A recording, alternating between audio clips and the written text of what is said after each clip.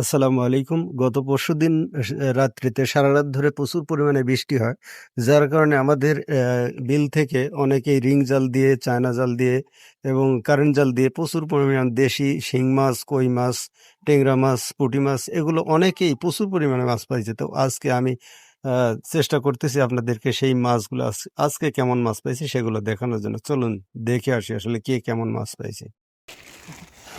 সবসময় বৃষ্টি হচ্ছে আর আমাদের রাস্তার অবস্থা দেখেন। রাস্তার জন্য ভ্যান চলা যাচ্ছে না, এমন রাস্তা। এই যে আমার চাচা হাটে যাচ্ছে, দেখেন বর্তমানে আমার এই রাস্তার অবস্থা। রসুনলি হাটে যাচ্ছ?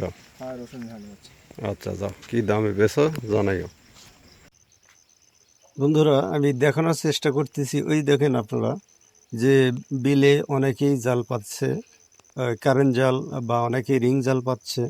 তো সেগুলো থেকে মাছ সংগ্রহ করতেছে। ওরা যখন এই রাস্তায় উঠে আসবে আমি আপনাদের দেখানোর চেষ্টা করবো আসলে কি মাছ পাইছে ওরা। আকাশ অনেকটাই মেঘলা মেঘলা, এখনও 2-4 ফোঁটা করে বৃষ্টি পড়তেছে। তো আমি ভাবলাম এরই মধ্যে একটু বের হই।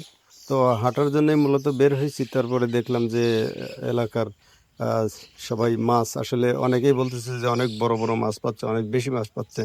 তো ভাবলাম যে সেগুলো দেখি আমি একটু দেখার এবং আপনাদের দেখানোর জন্য চেষ্টা করি। তো আমি আসলে মাঠের দিকেই চেয়ে আসি যে যখন উঠবে আমি আপনাদেরকে দেখাতে চেষ্টা করবো ইনশাল্লাহ। বর্তমানে বাংলাদেশে বোধহয় এরকম কাঁচা রাস্তা হয়তো নাই বা কোনো অঞ্চলে থাকতেও পারে। তো আমরা এখনো আসলে পাকা রাস্তার মুখ দেখতে পারিনি। আমাদের বাড়ির সাথে যে রাস্তাটা আসলে পুরোটাই কাঁচা। বর্ষা মৌসুমে আসলে আমরা খুব কষ্ট করে আমাদের চলাচল করতে হয়। তো আসলে আমাদের এলাকাটা দেখতে অনেক সুন্দর। মাঠের যেদিকেই তাকাবেন শুধু ফসল আর ফসল।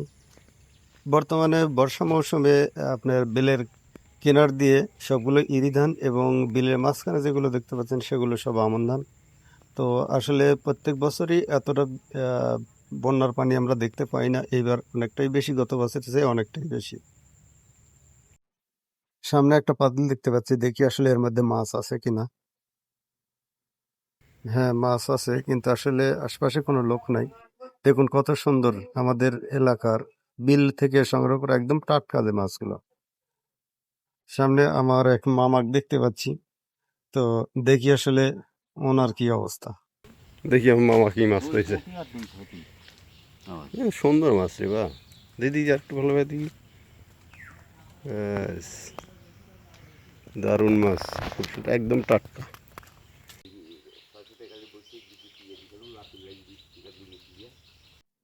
কি মাছ পাইছো ভাই, দেখি একটু। বাহ, খুব সুন্দর মাছ তো। মাছ পাইছো? কি মাছ?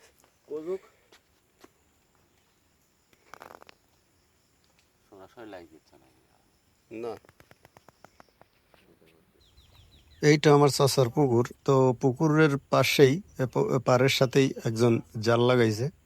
তো আমি আসলে ওই জালটা দেখার জন্য এখানে আসছি, কিন্তু এইখানে আসি আমি বড় ভুল করে ফেলেছি। কারণ এখানে এত পরিমাণে জোক, আসলে আমি পা ফেলার জায়গা পাচ্ছি না।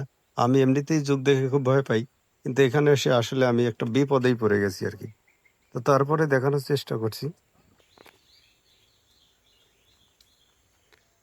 কতটি পাইছা? একটা মাছ পাইছি। কি আল্লাহ, কত হাত জাল? 120 হাত। আল্লাহ, কত পরিশ্রমটাই তো বেতারে বা। পানির মাছ আসলে ভাগ্য, কারো কপালে অনেক হয় আর কারো কপালে একটাও হয় না। আসলে এটাই ভাগ্য, এটাই তকদির। অভাব মাছ পাইছো? কতগুলো পাইছো দেখো দেখি।